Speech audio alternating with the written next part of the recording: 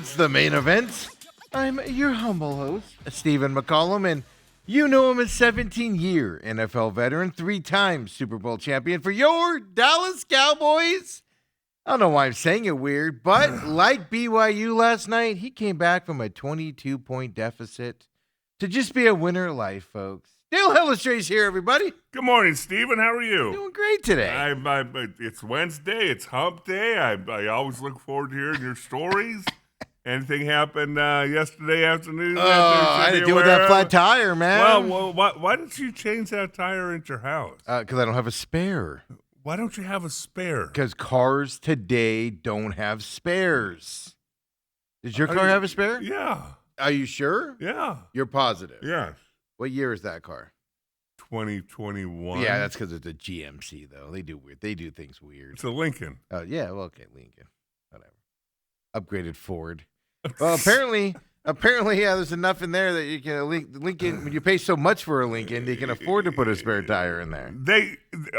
So you're telling me nowadays 2024s, 2025s don't have spare tires? My 2019 doesn't have a spare tire.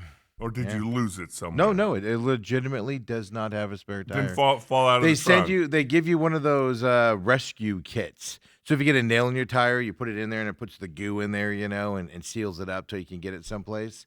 But that was used a long time ago. No, even my 2017 Ford Fusion hybrid. I talked about this at the radio station. I was driving to the radio station just on the freeway. Just driving on the freeway. Ba-dunk. Dun, flat tire. So I opened a trunk up, went to change the tire. Like, I'll just change it real quick. No spare tire. Just a little kit. So I take the kit out and I plug it in. I'm like, I'll just plug it real quick, fill it up with air, just get to the station. Discount tire up there, no big deal. And everything. Yeah, the hole was like that big, in it. So stuff was oozing out of it. Yeah. Okay. So it was funny. So normally I would have Ethan deal with it. I rushed home. It was in the garage. I rushed home, filled it up with air. I scheduled the AAA towing. When I was left here, knowing it would take an hour and a half or whatever. So I did all that, got to the house, pumped it up. It took forever to pump up. You could hear air screaming out of it. You could see it kind of on the end, like, it needs a new tire, whatever. So it's a road hazard. So I'm like, I got to take it to Discount Tire because that's where the warranty was. It's not just the plug, whatever. So, and it's just me. And I have to pick Ethan up from school because obviously I had to take him since he had a flat tire. And then he had like a big dentist appointment for his braces and everything yesterday. So it was like a scratch for time. So I'm like, I'm just going to deal with it. So I called the tow truck. Tow truck shows up. And it was, my AAA has 5 miles for free towing. It was 7.1 miles. So I had to pay $27 for the extra 2 miles on top of it. So we get to Discount Tire, and I meet the guy there because it's on the way to Ethan's school. And I go to Discount Tire, and I check it in, and the guy goes out and is looking at it. The Discount Tire kid, he's looking at it, and he goes, didn't feel comfortable putting the spare tire on? Is that why it was towed? Good for you, Discount Tire. Thanks, buddy. Look at these hands. These hands don't have calluses on exactly. them. No, there's none of that. Feel how soft these bad boys are. I just lotioned up. I just took my dress off, sir. That's what happened. Yeah. I didn't react. I just said, no spare tire. And then the best part is he's like doing all this stuff he's doing, and the guy's taking it down from the thing. And so what happened was I filled it up with the air and I drove it up and down my street like 3 times. And I pumped it up to 40 on purpose. I went way too high. By the time I got done driving it back on it was down to 32.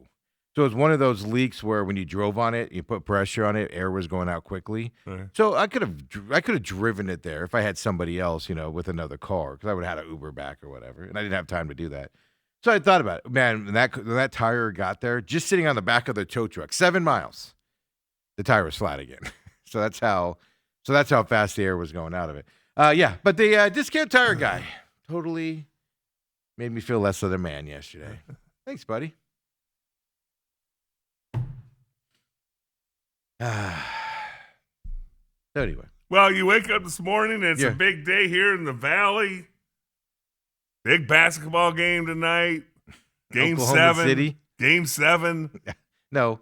the quarterfinals. They win, they move on. They Wow. lose, they play another game. I mean, I can hardly wait till, what is it, 6 o'clock tonight? Are you most interested? Devin Booker could play. It's questionable. Yeah, I think Devin Booker could play. I think that Alvin Adams could come back. I think Charles Barkley in his prime, and they're still not going They to be lost by Oklahoma 2 City. last time, dude. No faith. No. You're like the discount tire guy. You just rip you just emasculate dudes. What? Tear them down is all you do. I What? don't even know if I used that word properly. You just tear guys down. You can't do that, dude. Seriously, so that's what came out of his mouth. What do you think was going on inside his head? Look at this big dude. He can't even change his tire. Well, I think I've told this story on air before. There was one time when I was in the corporate world, I had a work car and everything, and I was headed to an event where I was like all dressed up, suit, white shirt, tie, looked all spiffy and everything, and I was like younger, so I was even more like in shape and everything. I didn't look like a grungy old guy.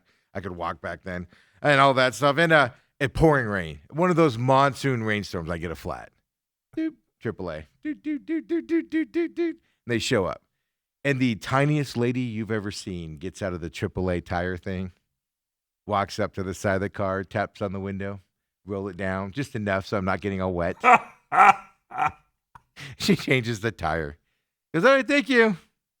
And I drive off. I've never felt like So more of a emasculated. I've never felt more like just a garbage human being in my life than that moment. But it was like one of those rain coming down sideways kind of a deal. I was dressed. If I would have gotten out, I would have ruined it. I would have had to go home and change. I would have been late. The big deal is a big meeting and everything. Yeah. Just, of course, not some burly giant dude with just arms of rock. No, just the tiniest lady you've ever seen. She's back there pushing the car up and just And you're sideways in it. rain. It's Yeah, cranking I'm it while inside. you're sitting in it. Yeah, and I had to roll down the window at one point and be like, "Excuse me, I'm a little high. I'm tilted a little too far. I feel like I'm going to tip over." Oh, No shame in that, but no, you would have done the same thing in that range. There was one of those can't see 3 feet in front of you rainstorms kind of a deal. And I was dressed. If I was headed home from work, I would have gotten out and done it, but not when I'm going someplace. I have OCD tendencies on that. But yeah, the dude just totally did. So then, this is my favorite part. I put a tweet out a couple of weeks ago when I went to Discount Tire, got my tires rotated, all that stuff. I don't know what happened at Discount Tire's customer service, but it's gone downhill so bad. So I dropped my car off, go run my errands for the kids, go back, pick up the car. And the guy goes, "Oh, all your tires are at 36 per the recommendations." And I go, "That's not the recommendations. I go, recommendations 42 on my car." He goes, "That's what it says inside the car." I go, "Absolutely, it's what it says inside the, because you look inside the thing and see the sticker." And he goes, "Well, we should look at that." I go, "You know what? I got to go. I'll deal with it myself." And I put the picture out on Twitter. One tire was 36, the other ones were 41. And I'm like, you didn't even come close. Or what? 36 and the other tires were like 39 or something. I was like, you didn't even come close. You didn't even come close to hitting any number that you said you hit inside, first of all. So I've been driving around with my front tire at 35, my other tires at 40, 39, 40 in that range, right? Since that incident.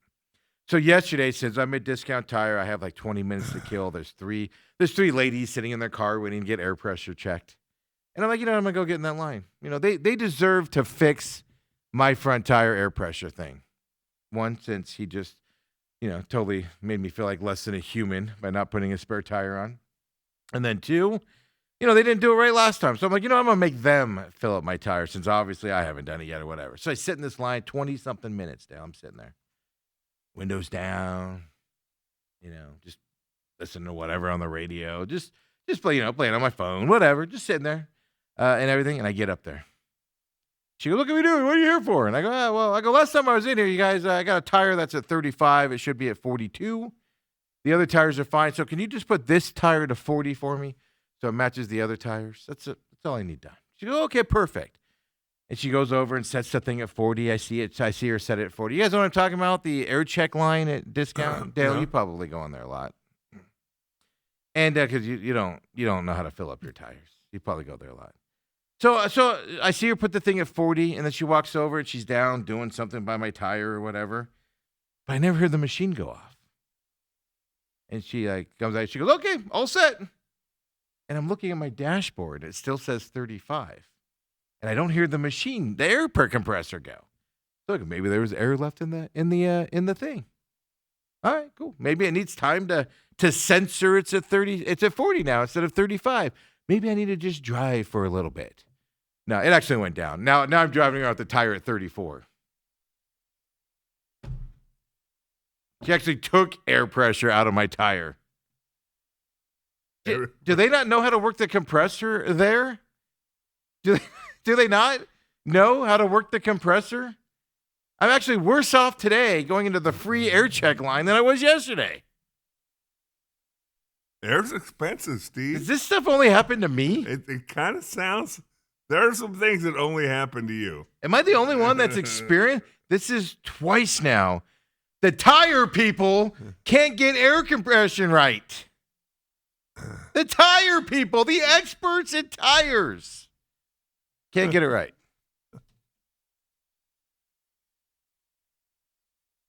I have a manual fill up, but it takes a cigarette light adapter, and my car does not have one. So I have to wait till I get a car back. I didn't do it last night when Ethan was over because I got home and was tired. I had to cook dinner and did all that stuff. But now I need to find out or just stop at a Quick Trip and do it myself. Hey, Discount, are you hiring? Do you need people to help fill up your tires to the proper levels? I'm free a lot. I can come and help you out if that's what you need help with. That was my day yesterday, folks.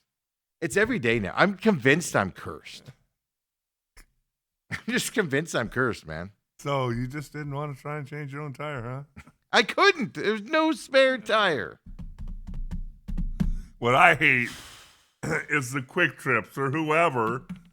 You got to pay like $1 for air. Quick Trip's free. Oh, is it? Yeah, don't go to Circle K. That's like $2 for It's free. like, come on. Air's free, people. Yeah, no, Quick Trip's free. Okay. And the nice thing about Quick Trips is sorry, I just saw a tweet from my kid. Dear God, my kid needs to learn promotion. So yeah, Quick Trip. The nice thing about Quick Trips is they have spare parts. So because like at Circle K, you go and you pay your $1.50 and then you get the hose and you're like, oh, the pieces, because people steal the pieces off the end. I've never had that happen at Quick Trip. And if they do, you go inside and they're like, oh, here you go. Here's a new one. So there you go, Dale. They don't pay for air. I don't know when they started charging or why. Go to Amazon. Well, not Amazon, because I have problems with Amazon these days too. What? I hate Amazon. I hate Amazon with a passion. But go to Walmart, which I hate Walmart too. But I will shop at Walmart occasionally. But go to Walmart and go to their like aisles or whatever, and just get one of those cheap $70 air compressor things that you just plug into your cigarette light adapter, attached to your wheel, and you set the thing. Yeah, but what if you don't have a cigarette lighter? Well, that's my issue. I got to figure it out. I'm sure they have other ones, don't they? That don't go into the cigarette light. You would adapter? think if there's cars that come out. What'd you say, Kobe?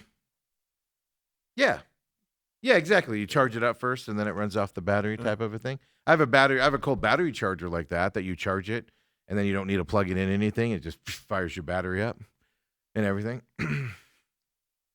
Just learn how to change your tire. Yeah. Oh, Amazon sucks, dude. Do we want to go to the Amazon store? Or should we save that for another day? No. In case something doesn't happen to you today, we can say that story for tomorrow. Dale, something's going to happen to me today. Something always happens to me.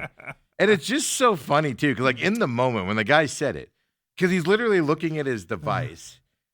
So just didn't feel comfortable putting the spare on or what? He like does the whole like look over slowly at me. And in the moment, you're just like, you a-hole. But I just go, no spare.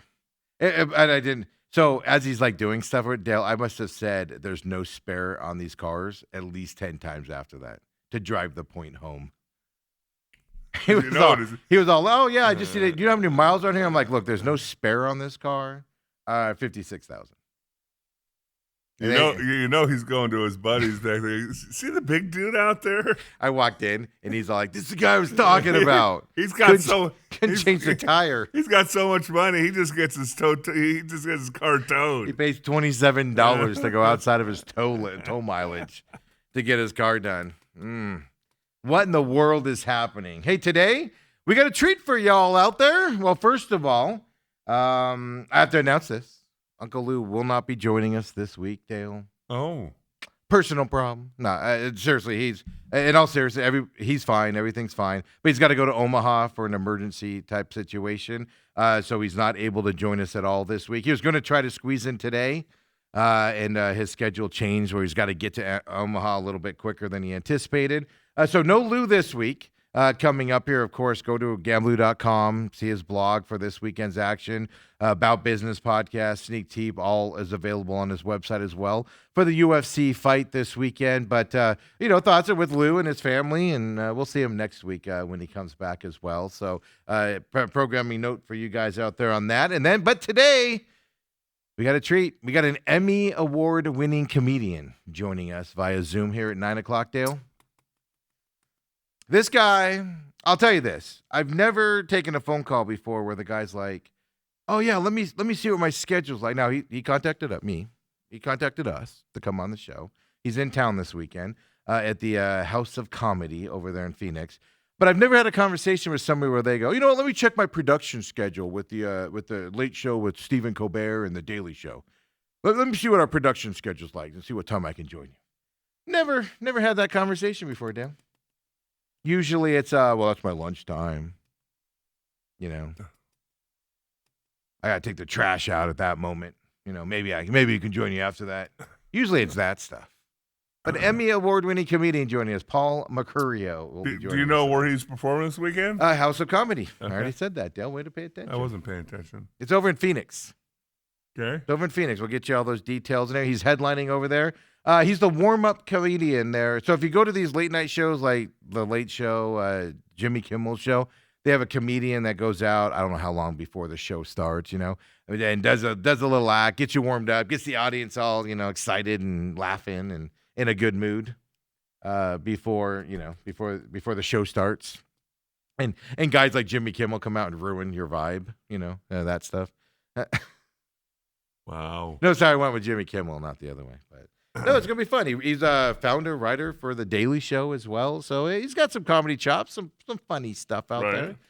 Going to join us at 9 o'clock as well. So it'll be fun. Change it up a little bit today. And so I put that. So I got to teach my 17-year-old kid on promotion and everything. So I put out the tweet this morning saying he was going to join us, all that stuff. And Ethan responds and goes, who is the dude? I haven't heard of him. Come on, Ethan. I got to teach Ethan how to promote stuff. I'm going to make that note right now. Teach Ethan promotion. It's like the one time I was at when I was a kid, I learned this early on and everything. You never walk up to somebody and go, who are you? There's other ways to phrase it and stuff like that. Dennis Eckersley was signing autographs, spring training, back when he was with the A's, one of the best closers of all time.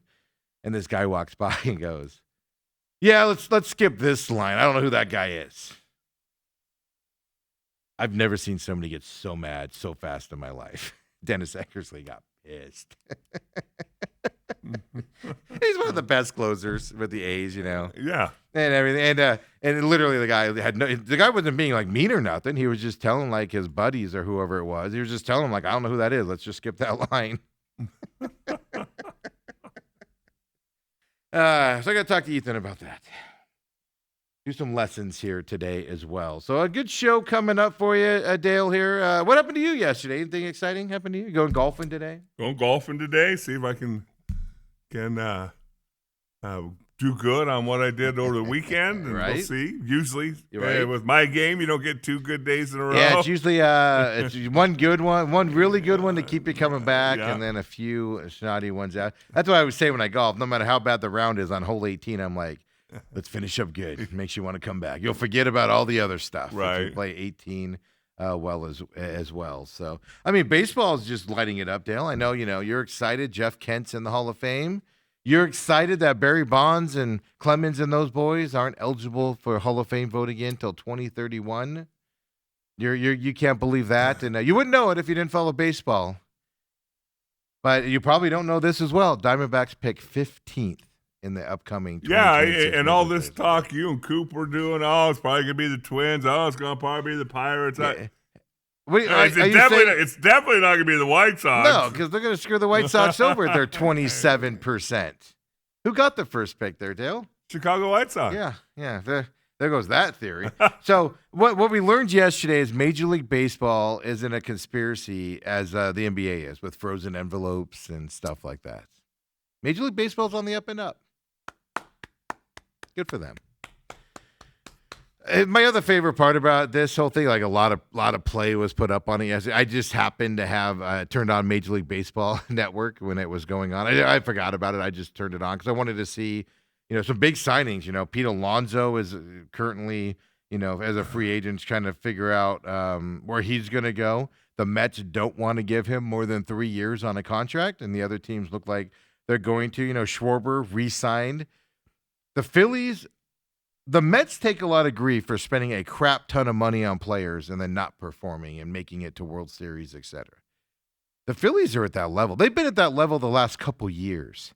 And now they just signed Schwarber to a 5-year, $150 million deal to keep him. Yeah. They can't get out of the first round of the playoffs, man. Second round of the playoffs.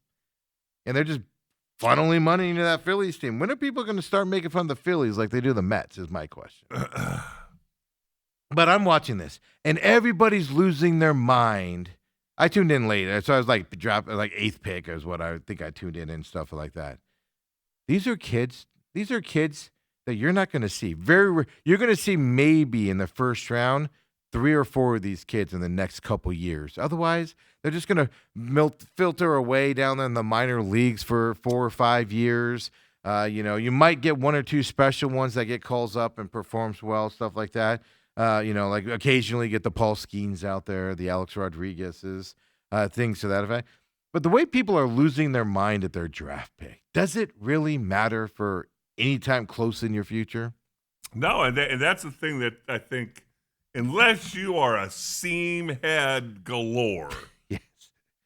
Well, this whole offseason, even the quote unquote can't miss guys. Well, even if you aren't a seam head, you heard about Paul Skeens though. You knew Paul Skeens was going to be a stud when he came up. Okay, so that's one that they have 40 rounds of a draft. That's the one. Yeah, so one every other year maybe. Yeah, and everybody else, name the Diamondbacks picks that are up in the big leagues right now that you're like, oh my God, I remember when they drafted him. You have no clue whatsoever. Yeah, I mean, they have young guys they draft. Obviously, Corbin Carroll, is obviously a big one there. But, I mean, Drew was a high draft pick, and highly touted, and he's still down in single A, the Cal League out there and stuff. It just cracks me up, man. Just the hype for these draft picks, and it's like chances of seeing most of these kids that you're going to draft. Like at 15, they're going to trade him long before he gets to the big leagues, right? You would think. How it goes, but it was interesting watching them, him and Ha about how great it is to have the number 1 pick this year. Let me see here. Tell us who the consensus number 1 draft pick. Like Caminiti, right? His, he was at Saguaro High School. Was it last year or the year before? Last year? He was a high draft pick. Where's he? It's last year. Where's he at, Dale? I have no idea. Exactly my point. High draft pick, highly touted draft pick. Anybody heard of him? Anybody seen him? From the Fighting Hillestrays, no less. Yeah. What? I can't remember his first name. Cam. Well, Cam.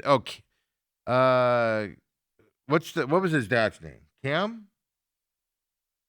Yeah, Cam. Okay. Yeah. He was Ken. He's Cam. I was getting him confused. That's why I wanted to look it up. 24th overall pick by the Atlanta Braves. Left-handed pitcher, of course, from Saguaro High School. Top high school lefty taken.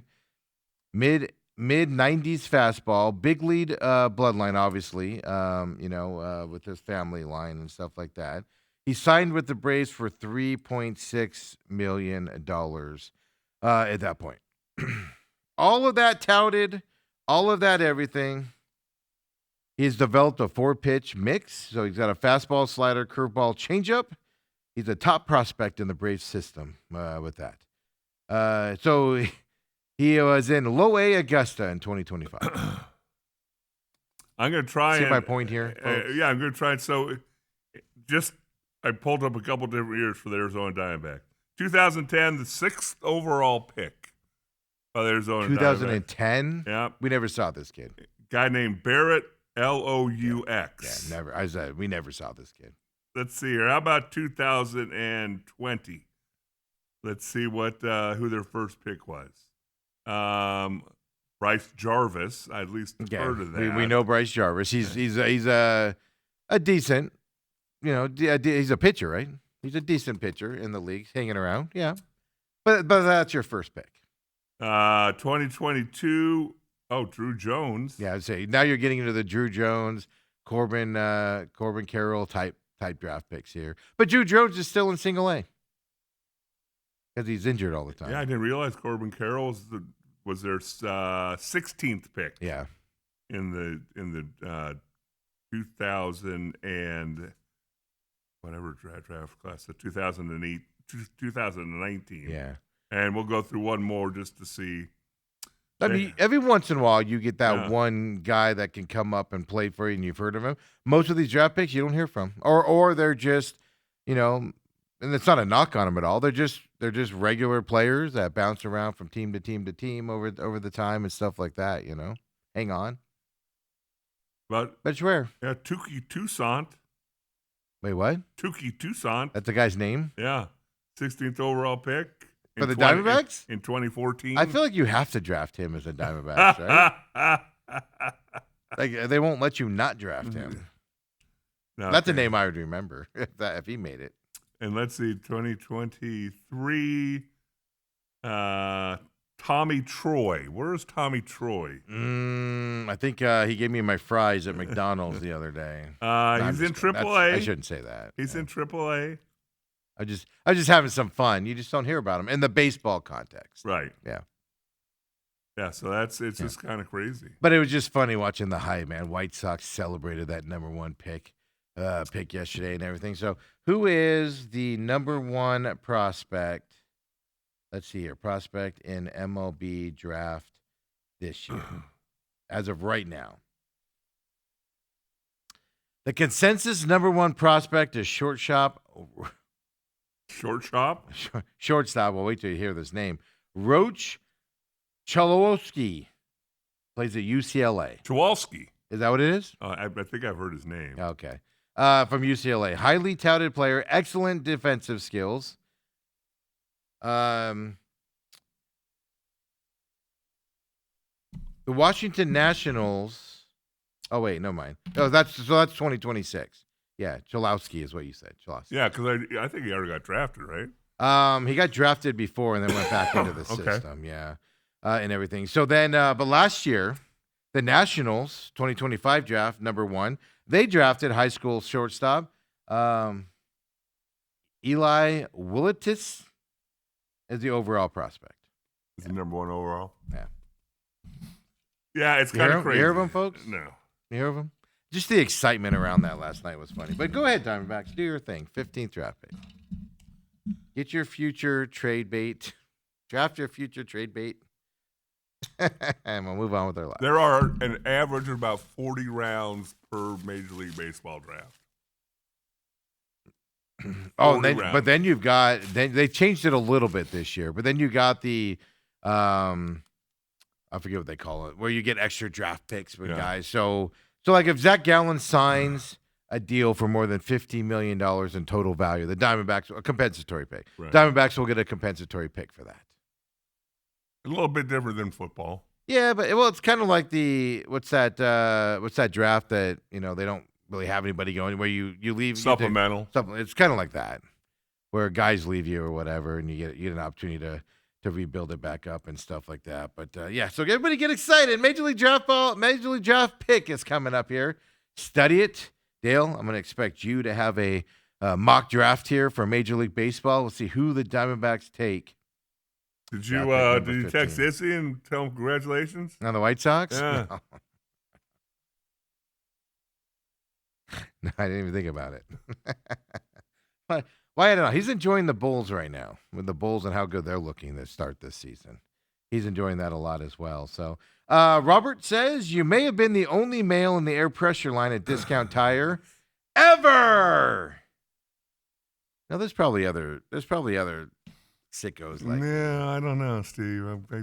What do you do when your tire gets low there, Dale? Mister, I don't know anything about cars. I had one of those little thingies in my glove box that I check it with. Yeah, then what if it's low? What do you do? Then I drive it somewhere and fill it up on my own. Do you? Yeah. Oh. But then I get all dirty. But I can't remember the last time I had to do that, knock on wood. I know. I touch stuff and it just, I get icky. It's like a goo on it and I can't stand it. That is a good point, though. You drive by one of those discounts and the line's always long. Yeah. And if you look in the cars, it's all women. And then Big Steve. And me and I just sitting there. Window down, radio on. I just got my car towed. I was probably, yes, I just got my car towed here. Probably listening to ABBA while I'm sitting there. I don't know. Or something like that. Some Celine Dion. I'm sitting there and I'm like, I'm your lady. Wow. Robert also says, I think the D-backs took that Laux, what'd you say? Lou? L-O-U-X. Yeah, it's that guy in 2010, Yeah. but he never signed. They got that slot back the next year and took Bradley at 6 after taking Bauer at 3. Look at Robert go with his There you knowledge go. there as well. So I mean, you can get players. I'm being facetious and saying you never do, but most of the time these draft picks. Well, are and just the thing is, almost all the time, you're going to wait at least 5 years, Yes. 4 years to even see them at the big Exactly, league and you're gonna forget you drafted Right. them. You're just gonna be like, what? That's why when you go to the Diamondbacks game, they go, let's go check in with the farm. And then they put everybody up there, and you're like, oh, that guy's still around? All right. Well, that first round pick's going in Double-A, and it's his 4th year. Yeah, I know, and then Robert is correct on this. I just didn't know his name, but this shortstop at UCLA, this is why this was, they were hyping it up big last night before the White Sox got the number 1 pick. He is supposed to be one of the best number 1 draft picks in a long Prospect. time. Like, he's I wouldn't, especially with the White Sox, I would not be surprised if maybe he starts the season at AAA, just get some games underneath him, and then he's called up pretty quickly. From what I understand, he's a seasoned pro, I guess we can put it that way, going into this, and with at least the eye specs on him One of the pitchers in the World Series this past year, and I'm forgetting his name. for the Dodgers. I'm just going to say one of the pitchers started like 3 games in the World Series. Oh yeah, the young guy. Oh yeah, he won. He beat the Dodgers in that one game. He started in like A ball, went ball. To From Double-A, Milwaukee. Triple-A. Yeah, gets from called up. Milwaukee. Yeah. You're right. And he beat. Oh my gosh, not Yamamoto because that's on top of my head. But yeah, he beat. He beat the Dodgers. He beat the Jordan the guy that has the same agent as Jordan Montgomery and pitched for the Giants the year before, and then ended up there. He beat him in the World Series. Yeah. So it can happen. It's just. Not very often is all I'm trying to have some fun here and play with from that side as well. So Skeens obviously is a dominant pitcher also right now, and he was obviously a top draft pick as we deal with that and everything. So there you go, Major League Baseball update. Where does Pete Alonso land? I say Boston, but we'll see. Not here. No. Did you? Torey Lovello the other day was on some show. He's like, well, the problem with Phoenix is free agents is we just can't compete with these first-level guys. It's just not in our DNA. We can't do it. We got to go to the next-level guys. And wait till these guys all sign, and then we got to go to these next-level guys to sign them. Is that how he's really talking? No, that's just me talking. That's your impression. Which is why we coined the term, they're shopping at Ross. The Diamondbacks shop at Ross for their free agents. Everybody else is up here, all the good teams, all the teams that are consistently good, or at least compete for playoffs and don't get blown out and have a losing record halfway through July when they have a lot of talent. All those teams, shop at this time of year and pick up 1 or 2 guys and stuff like that. Not the Diamondbacks. They just middle away and stuff like that out there. We got Nick Rallis we got to talk about today. He did something yesterday for the Cardinals that I that's the other thing. I had to pick myself up off the floor. I was shocked at what he said yesterday. Seriously. Okay. Got college football transfer portal issues. An interesting comment from NAU head coach on that yesterday as well. ASU beat NAU last night in basketball. I like this team, man. This team is fun. This team is carefree. And this team is a lot like the Suns. They just play hard. And they're going to win a lot of games just because of the way they play. Kind of like the Suns are right now as well. Pay attention to that. And then, hey, Baylor, why'd you skip the bowl game? We'll get into that as well because I'm telling you guys, like I said, I kind of jokingly say Cam Cox came back at me when I responded to one of his Twitter things and said they're meaningless bowl games. You're going to see more and more teams not playing bowl games because they're meaningless. Players don't want to play in them because they have to get ready for the transfer portal. Teams don't want to play in them because they have to get ready for the transfer portal. And if you're not in the playoffs, there's literally no incentive to go get these kids make millions of dollars a year, $500,000 a year for some offensive linemen, stuff like that. These kids can go buy their own PlayStation 5s. These kids can go buy their own boots like Dale used to get. They can buy their own watches. Yeah, that is true. They don't need the grab bags from this and everything and whatnot. And going to give you an insight here. I think Baylor's kind of proving my point even more on that. So when we come back, let's get into it. Don't forget, Paul Mercurio is coming up here at 9 o'clock. Emmy-winning comedian there from New York City coming into town this weekend. Boy, how's that going to be for him? Getting out of that cold weather and everything. Hitting 70-degree Phoenix. Smoky. Can you still smoke in comedy rooms? I haven't been to one in a while. You have? No? No. Just drink? There's no inside smoking. Oh. Do you still smoke on planes? I do. Yeah. I just disabled. While you're in line, I disabled the smoke detector. While you're in line at Discount Tire. Come on back, folks. The main event.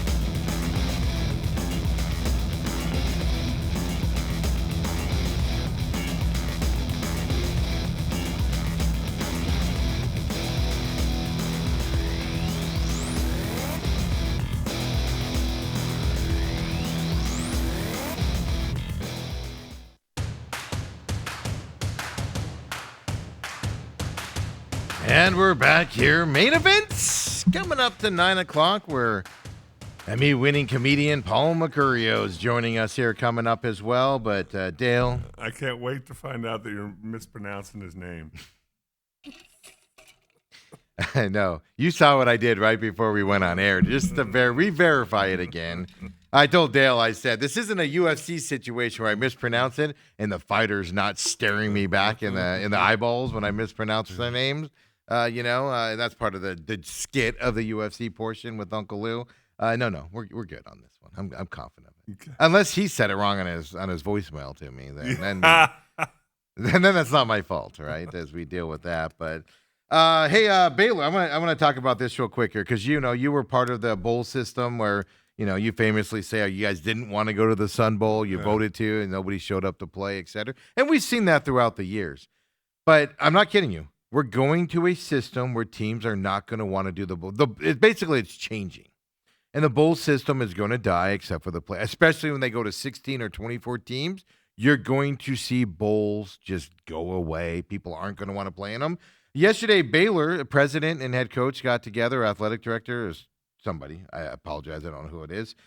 They were talking yesterday. No, they're 5-7, but they got a chance to go to the Birmingham Bowl because teams were turning down this bowl left and right to play Georgia Southern and everything like that. But pay attention closely to what they say. Because I'm like, at 5-7, I can understand because all the players are done. They've already turned all their equipment in.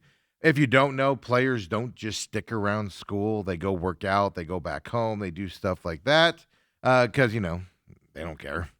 The season's over. They don't have to have grade checks and stuff like that anymore for the rest of this. So I can understand a team doing that. But they actually bring up a very good point here. So here's Baylor talking about skipping the bowl game when given an opportunity.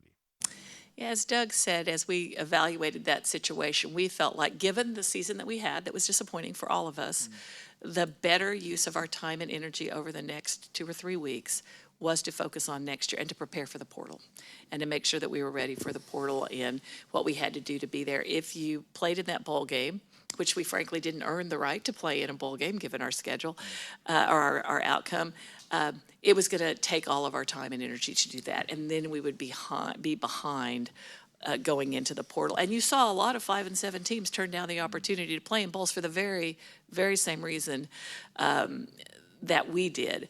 And so the financial piece, we would have lost money going to that particular bowl. That wasn't really a factor in the decision that we made. We kind of put the financial piece of it to the side.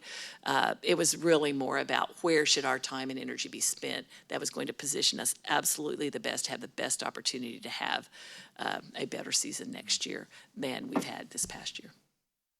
So put yourself in Notre Dame's situation. You get knocked out. You're not in the college football playoffs. Yeah, you can go to the Pop-Top Bowl and play BYU.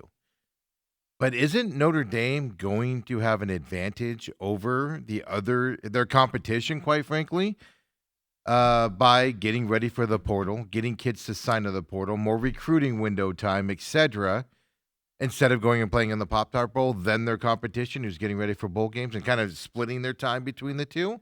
You're going to see more and more of this, man. Teams, especially teams 6-6, teams with 7 wins on the lower end, you're going to see teams like that start when they have higher expectations. Let me put it that way.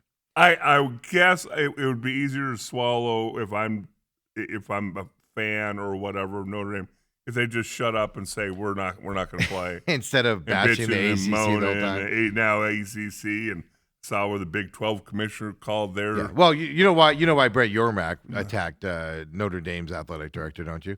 Because Notre Dame's never coming and playing in the Big 12. Right. Do you notice that the Big 10's not knocking them? Do you guys notice that? You guys notice how the Big 10's not knocking Notre Dame today? Because Brett Yormark knows Notre Dame will never, ever do an alliance with the Big 12. Okay. So he's going to knock them. I guess that makes sense. Well, and here's the other side of it. Brett Yormark wants to merge with the ACC and get some of those teams into there.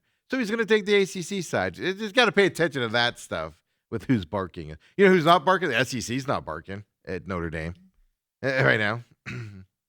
Well, I was going to say, got bigger and better things to worry about, Steve. I don't disagree with you. They need to shut up. Like it's just I think they want out of that ACC contract. I think it's what they want, and they're using this as the excuse to do it. Is what I think is happening. Because Notre Dame would have always been better in the Big Ten.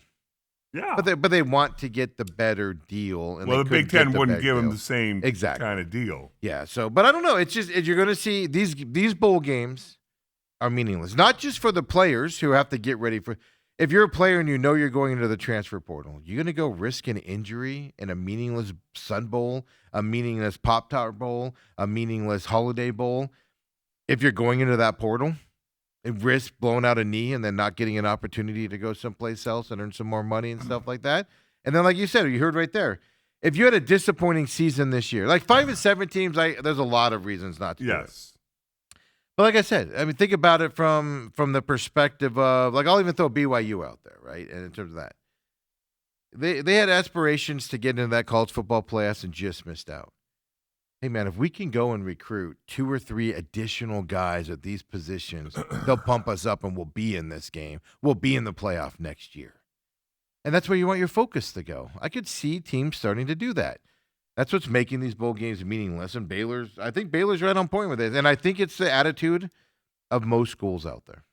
Yeah, and I think you start off number one with Baylor. You have a losing record. it's supposed to be somewhat of a reward for a decent season. Yeah. To go to a bowl game. Yeah. 5-7 is, hey, we're glad that this damn Well, thing's over with. they were favored to be in the conversation for a Big 12 championship. This is my point on Baylor though. Beginning of this season, when ASU faced them off in their first Big 12 game, it was this could decide who goes to the Big 12 championship game. There was those conversations about Baylor, and they ended up 5-7. Yeah.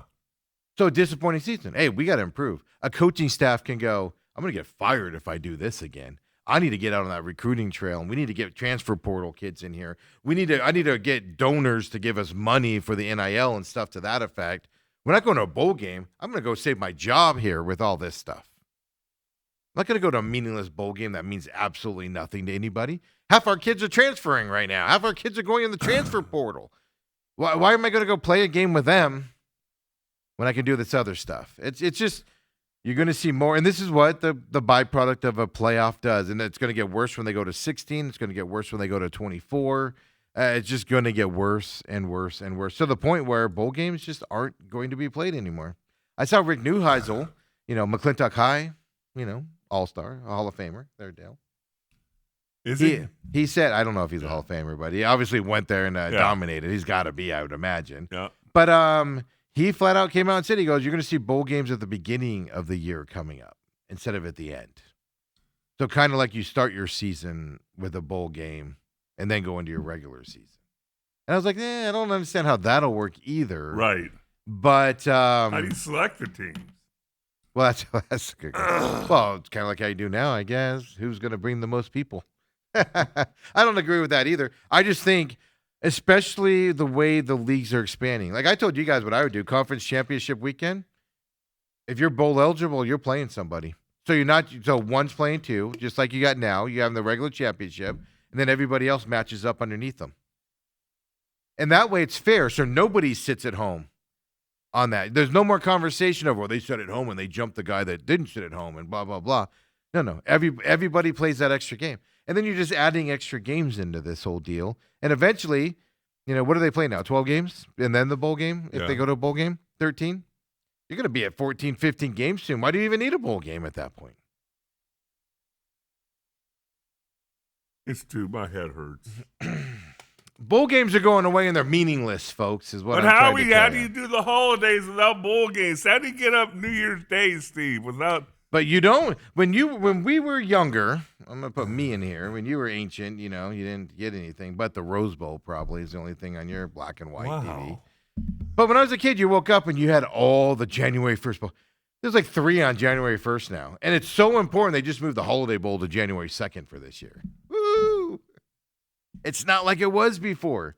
You have to wait till like the 9th before the championship games even play, and it's like the 20th or something before the championship games even play. Yeah, it's the middle It's of not January. this. It's not the same anymore. Just go to a playoff format. If you don't make the playoffs, Georgia Southern and schools like that, they can keep going to bowl games and comparison because they get to play that extra game because they'll never compete at those levels and stuff. But the big schools are all going to back out of this. You're just going to have lower tier bowl games coming up. That's what you're coming to, Dan. Hey, speaking of which, we'll get into it later because we got to take our break here. Paul Mercurio is going to join us here in this next part, Dale. I swear, don't get me all self-conscious about the way I'm pronouncing it. You think Paul changes his own tires? He doesn't even have a car. He's in New York. I was talking to him the other day. I'll get his horns honking and stuff. I'm like, how's New York treating you there, buddy? I'm sure he's got like an hour commute home on the train or something, right? That how it all works? I've known people who lived in New York that don't have cars. Yeah, well, because it costs like $8,000 a month to park it. To just park it, and if you don't use it, you have to get the rights to the parking spot and everything like that. So we'll take it. We do have ASU. Kenny did talk about ASU kids in the portal. Kenny just handles this so professionally. Because I told you earlier in the week, there are a bunch of coaches where if you are going in the transfer portal, you are dead to them. Meaning you don't come around the team. right? You don't look at the team. You don't say you're on the team. You don't even say you were on the team. Like you're dead to us if you're going into that portal. Kenny just handles it so much differently. It's just refreshing to see out there. Nick Rowell's coming up as well. And then college basketball stuff with ASU last night as well. I'm just telling you guys, if you like what the Suns are doing this year, start paying attention to this ASU basketball team. You're going to fall in love with them as well. No, I don't think they're going to win a ton of games in the Big 12. I think they're going to be a mid-tier team. But in the Big 12, that's a pretty Maybe big they deal. could, for basketball, go to the Big Sky. Maybe they can go play Tarleton State like GCU did all those years and get championships. Come on back, folks. Second hour main event coming up next.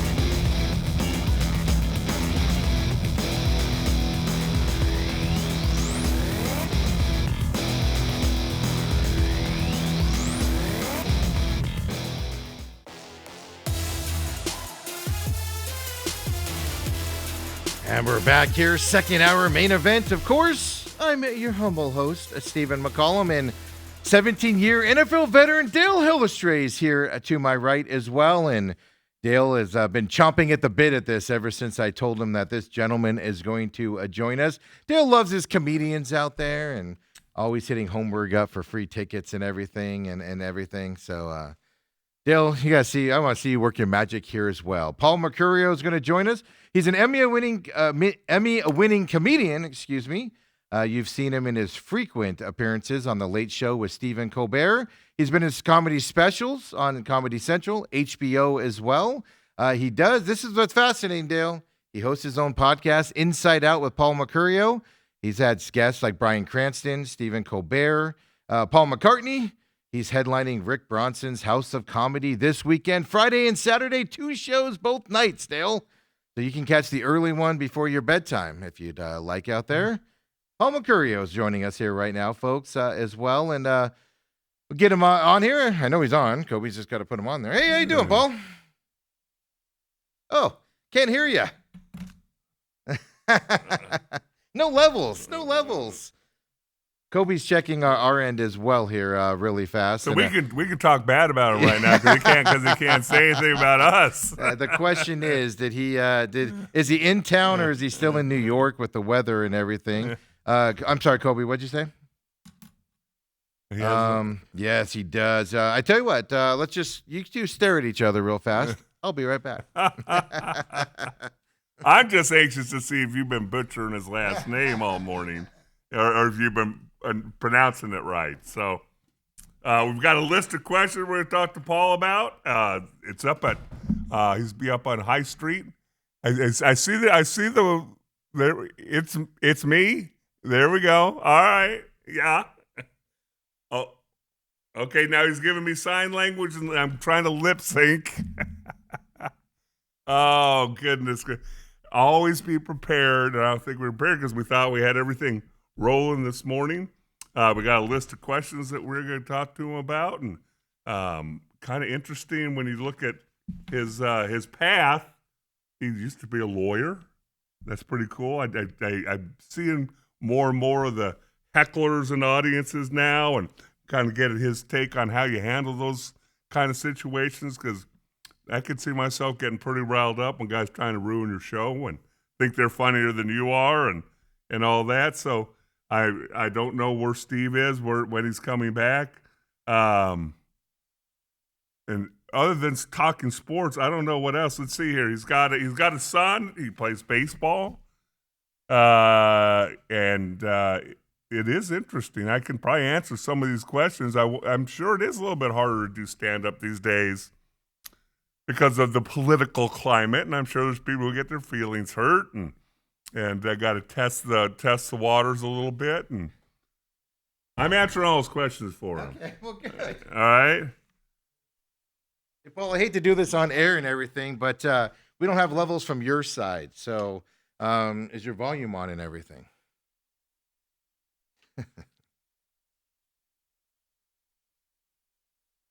Isn't live fun? I mean, Paul deals with live TV all the time and everything, so and whatnot.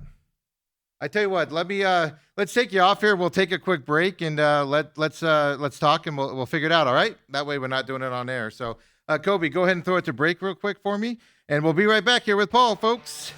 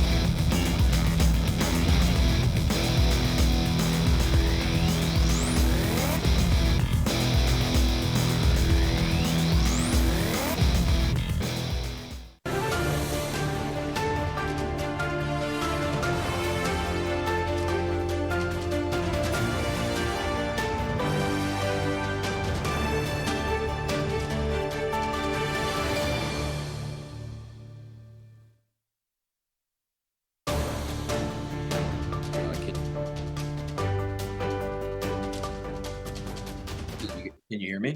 He's talking. Oh, we got levels now. I'm gonna hang up the phone. Hey, can you hear me?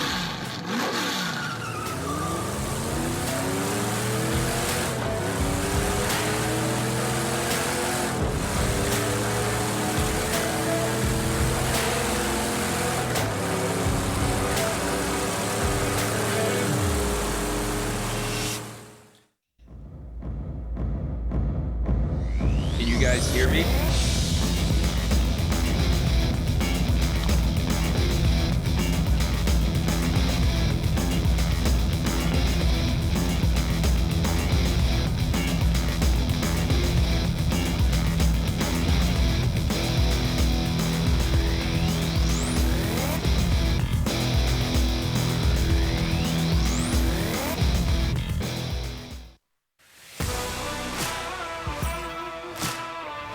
And we got levels, folks. Paul Mercurio, Emmy Award-winning comedian. Late Night with Stephen Colbert. Paul, I think we've got it solved. How you doing, man? Good, man. Can you hear me? Oh, yes. Perfect. There we Come go. on. Yeah. We're going to blame the football coach we normally have in on this time. Their season's over and everything. We just had to log you out, actually. We just had to log you out, logged you back in, and it worked. So Zoom All right, is there you always go. fun Little out there. technology. But hey, you're a comedian. You can roll While with the we were punches, waiting, right? Dale was doing a good job answering the questions for me. I you answered don't- them you as don't if I really was need him. me. I wonder if You don't really need me. I'll see you guys. You just do the I wonder how off base I was, but No, that's great. you were fine. Okay. You were great. Well, what questions was he asking? Well, the one that I'm always Yeah. interested in, because I seem to see it more and more on Twitter, is just in the middle of the show, the hecklers are getting more obnoxious, getting louder, disruptions.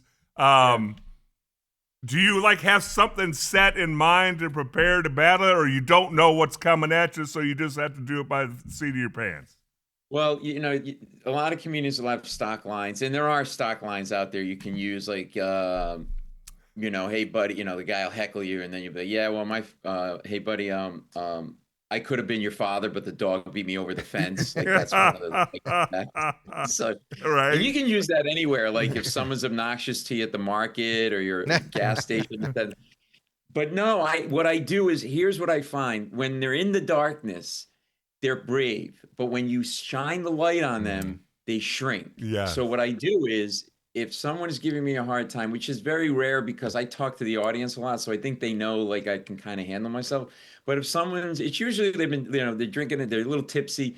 You just start talking to them, and then they're like, "Oh boy, everybody's looking at me now." Yes. Yeah, they think And it's then only they you just and them turn in the into- room, right? At the beginning. But they turn into big babies. Like, like one night, I had a shirt, and all it was like a button-down shirt. Like, that's all, like just a regular button-down shirt. And the guy goes, "Hey, nice stripes on your shirt." I'm like, and I know exactly. So I went up to him and I go, "What are you, Dale?" No, I said, He hears that a said- lot. I literally went over to him and I had them like turn the house lights up, and I go, "Now, clearly my shirt isn't that ugly that's the problem, right? You're just an a-hole, right?" And he goes, "Yeah, I kind of am." And his wife is with him, and his wife starts nodding her head. That's the problem. The wife's with them. What's the worst audience? A New York audience, an East Coast audience, or an audience out here on the West Side?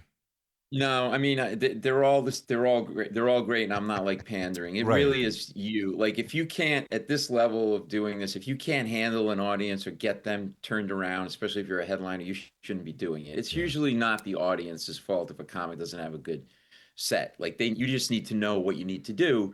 And I tend to talk to the audience a lot anyway.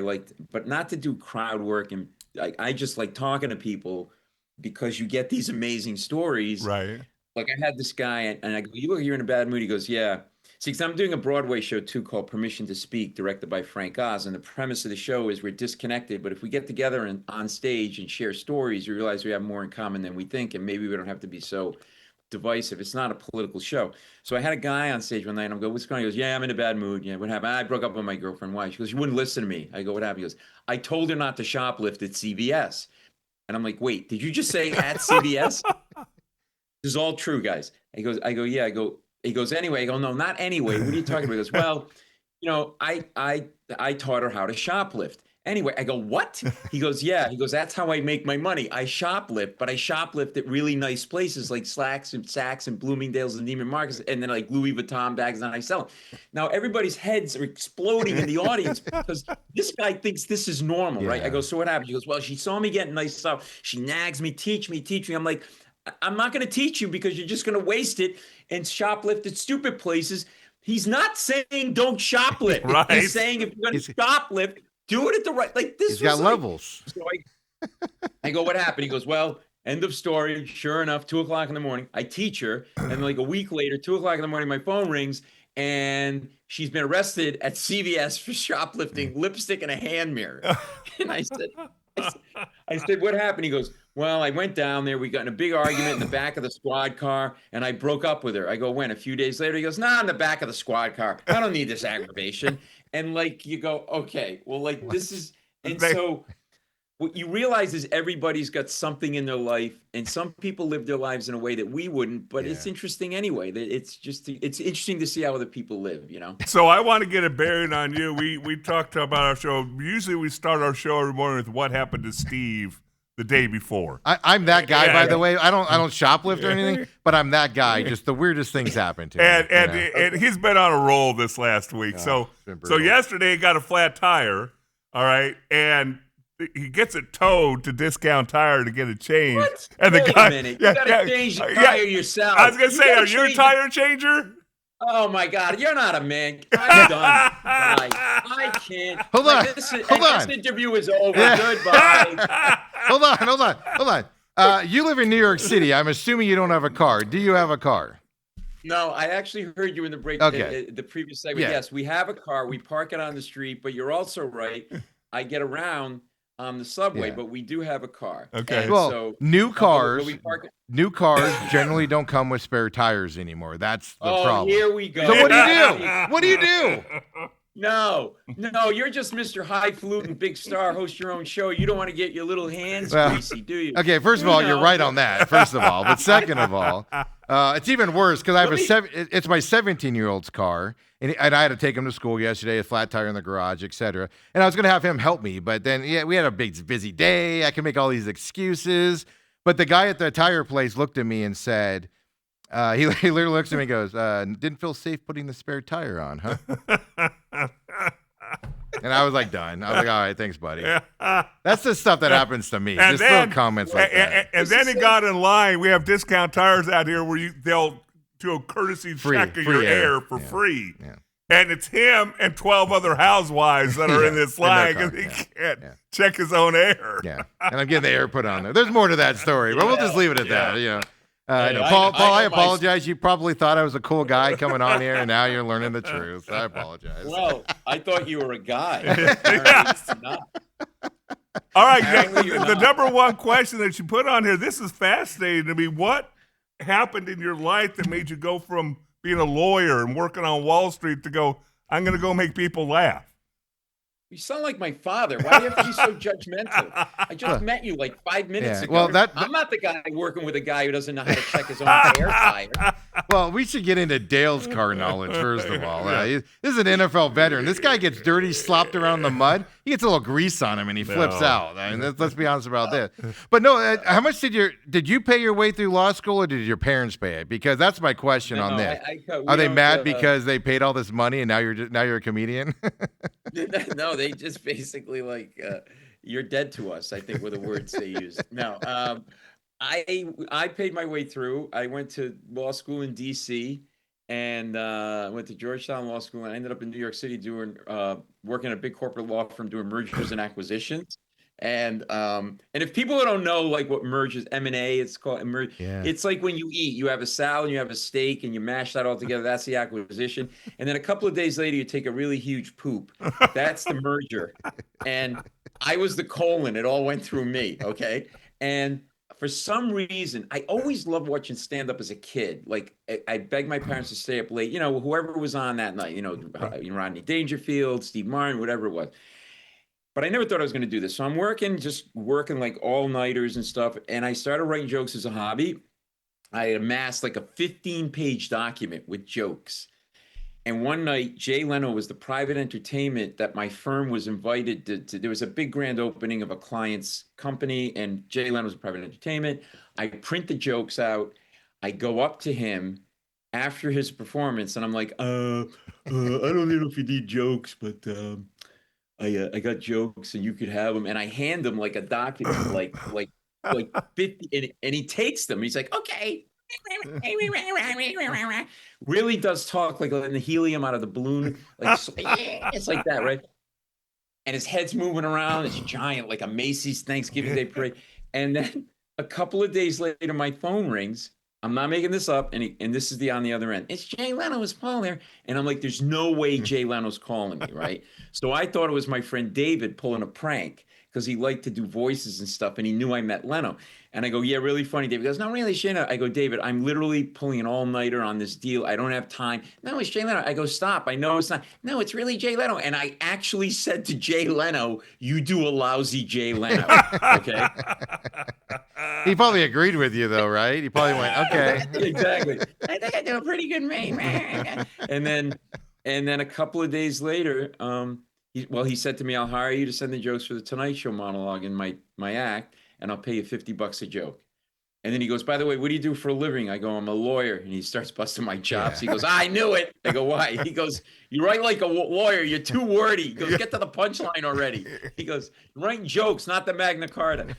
And then a week after that, he calls me again. It's Jay, it's Paul there. And I'm like, Jay, what? What do you want? I can't be your friend. I got to go help a guy change its spare tire because he's not the man that his wife thinks he is. That about sums it up. So he said, I'm going to do one of your jokes on the Tonight Show. And he did it that night, and it just blew my head off my shoulders. And that's how it all started. And then he said to me, go try the jokes out before you send them to me. So I started to live a secret double life where I was a lawyer by day.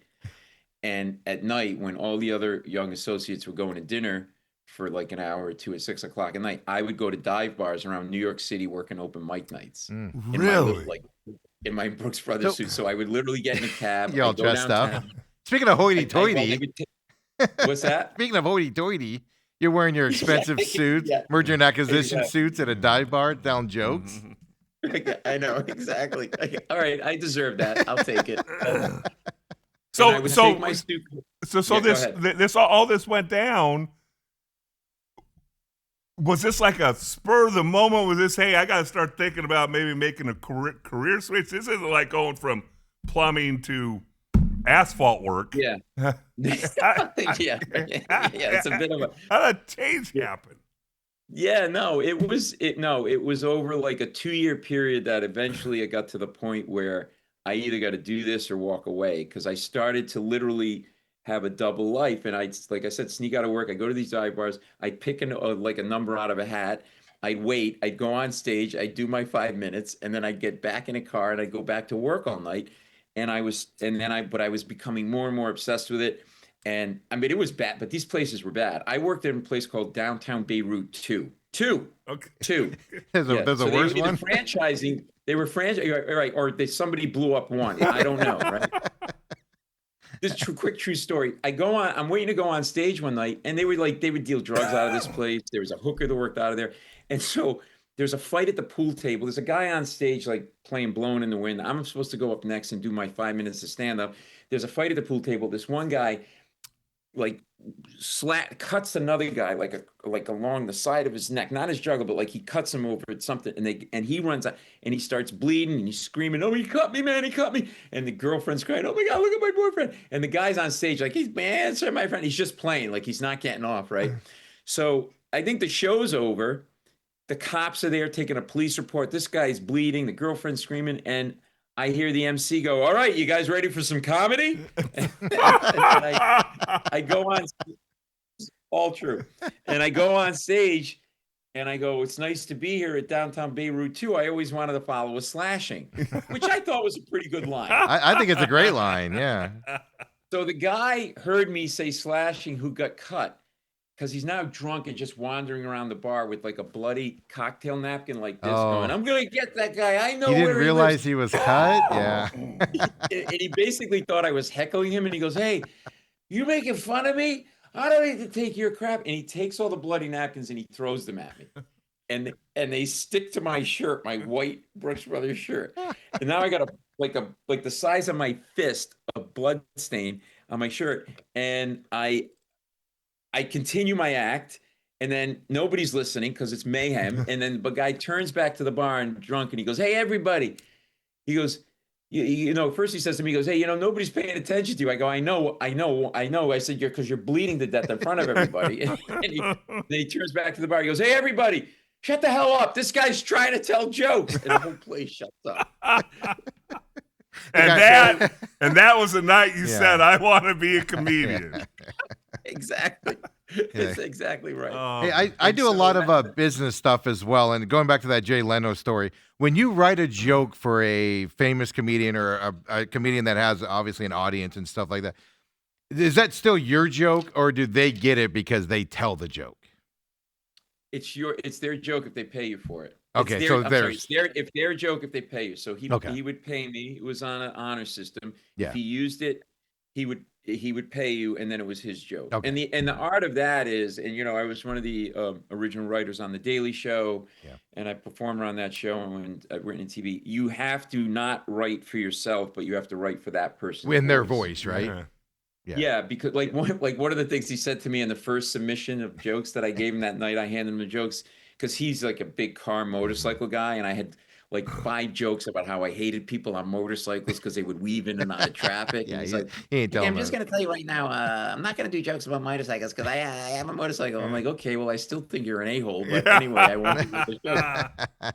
So, but no, it's a good question. And so if he pays me, it's his joke. Okay. And then he can do whatever he wants with it. No, But I was the going to key ask you what's the getting- joke, but since it's his joke, we won't have you take credit for it at that point, right? So 'cause you got to But remember the your other thing first time, your first joke that you that you either got up on stage or your first joke that hit that made you kind of get the bug and stuff like that. And quite frankly, they're probably usually not very good, right? I'd imagine you look back on it and you kind of go like, ugh, but they got to laugh, right? Do you remember yours? Yeah. Well, thanks for telling me that I'm a lousy comedian. Yeah, That's really but- going to help me sell tickets. Never Come met on out you to before, Baltimore. yeah. Hey, you called me non-manly off of a story without a spare tire. So I feel like we're best friends now, Paul. It's all good. Exactly. It's all good. No, you're absolutely right. You're really terrible for a long time as a comedian. The big reason is just getting comfortable on stage. Like, it's a weird thing if you think about it, right? Like, actors have a script and costumes and other actors that they work with. A musician is in a band with other people. This is like Yeah. just you going out and going, "Hey, everybody, like me." Yeah. And yeah. it's different every night, right? Like every Oh audience, God. you have Yeah. to It's go like, through those yeah. those caverns and stuff like that, right? Yeah. Yeah, so like I'm gonna do 2 shows each night, Friday and Saturday at the House of Comedy, and the early show will be different than the late show. Yeah. Not better, not worse, just different. And within a show, the dynamic of the audience can change. It's human beings, right? It's like whatever. And like so like I mean, one of the things that we started to talk, I mentioned to you guys about was like, how what you can say and what you can't say, and you asked about like our New York audience is better, East Coast, West Coast. It really doesn't matter to me. I'm going to do what I want to do, and whether you like me or you like me and you don't, right? Like, we are in a culture where like everybody's trying to catch each other. Ooh, what did he mean by that? Like, Yeah. even just in like, it's just too much. Like, I believe in political correctness. I really do. But it's like sometimes the pendulum goes too far and we're like walking on eggshells when we don't have to. That's right? what I was going to ask you. How long have you been doing this? I just like 20 minutes. I'm really No, good. Like, I'm wondering how many years and how much have you seen that pendulum swing? I mean, if you've been doing it for 20 years, 20 years ago, Yeah. you could do a lot of stuff you can't do now. Yes. Yeah. I'd say in the last 5, it's really, let me put it this way. In the last 5 or 6, it's really become an issue, but it seems to be swinging back now to a little bit more. Like about a year or 2 or 3 ago, it was like insane. Like Yeah. it was like every little thing. And it's not just comedy clubs, it's our society. Yeah. And again, I don't really do politics. I'm not a political comedian per se. It's a social thing, and I think it affects everybody. Like, I think just in life, people are just looking, and I think part of it is social media gives you a platform if you're just the regular Joe. And then you can say, "Oh, I saw this guy Dale and he said this at the restaurant," and then you tweet it, and then you get followers, and then you become famous because a lot of people want to be celebrities. So like, for example, but in real life, it's a problem. My wife and I live in New York City, walking our dog in Central Park. It's a law after 9 o'clock in the morning, you're supposed to have your dog on a leash. This guy, big guy with a big dog, little kids around, no leash, scaring people. And my wife, who's like the nicest person in the world, goes, "Excuse me, sir, your dog, it's should be on a leash. There's kids around." That's all she said. And he goes like this. "Why? Because it's a pit bull?" Like, implying that we insulted were him like now, racist toward pit bulls or something. And I looked at him and I went, "No, because it's got a baby in its mouth. Okay, that's why." Okay. Well, I mean, going off of Dale's point here, and then we'll wrap up because we know you got other stuff going on today. Bigger here stuff at the to top. do than us. Yeah, exactly. I appreciate you slumming it here with the main event here today. But going to that point there that Dale just made, because my mind wanders into the business side of this business and everything. Yeah. But you work on Stephen Colbert's show, obviously, and everybody knows the history of that show recently and stuff to that effect. When your comedy style, for the warm-up act and stuff like that, do you have to go off of, because you know what his audience is, you have to formulate your act toward that audience, or you just go do your thing and they like it, they don't. If they're mad at Steven and his show sucks because, you've made everybody mad, like, what's the process behind that as a comedian? Well, look, I don't. First of all, Steven's drunk all the time anyway, so he doesn't even know where he is. Okay? That explains a lot. That's why we got canceled. No.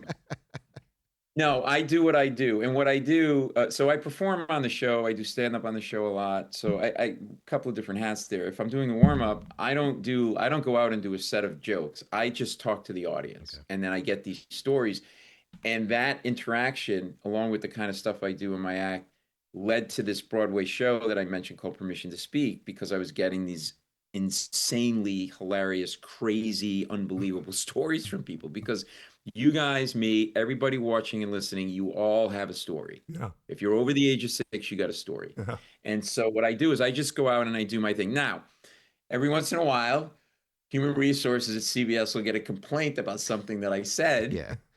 and then they'll call me Yeah. and they'll be like, and then I'll be like, I'll give them a different finger. And because I'm not going to do something that's like super saccharine sweet or whatever. Yeah. It's just a crazy, but like, again, it's people looking like so I like to talk to the audience. It's a complete improv. Like if you're going to come see me this weekend, I'll probably talk to the audience. It's not planned. I don't pre-screen. I don't plan people, right? But it's not like, hey, nice hat, and then I make fun of your hat. It's really like, how long you been married? How did you meet? You get that second, you guys interview people. Yeah. Second, third, and fourth question, you get like a great answer, Yeah. right? Yep. So I'm doing my thing. It was actually at the Late Show, and a woman comes up to me after the show, and she said, and this ties into what I was talking about like political correctness, and like that's the other thing in our culture now. Everything has to be fair and even. If it's not fair and even, then there's some nefarious motive, or you have some evil intent. Yeah. Sometimes just crap doesn't work out the way you want it to. Right. Okay, that's all. Yeah. So anyway, I doing the thing with the audience. Woman comes up to me. She goes, "Oh, I enjoyed your show, and I noticed you talked to the audience, but you seem to talk to the men more than you did the women. And it would be nice if you talked to the men and the women in an equal amount of time."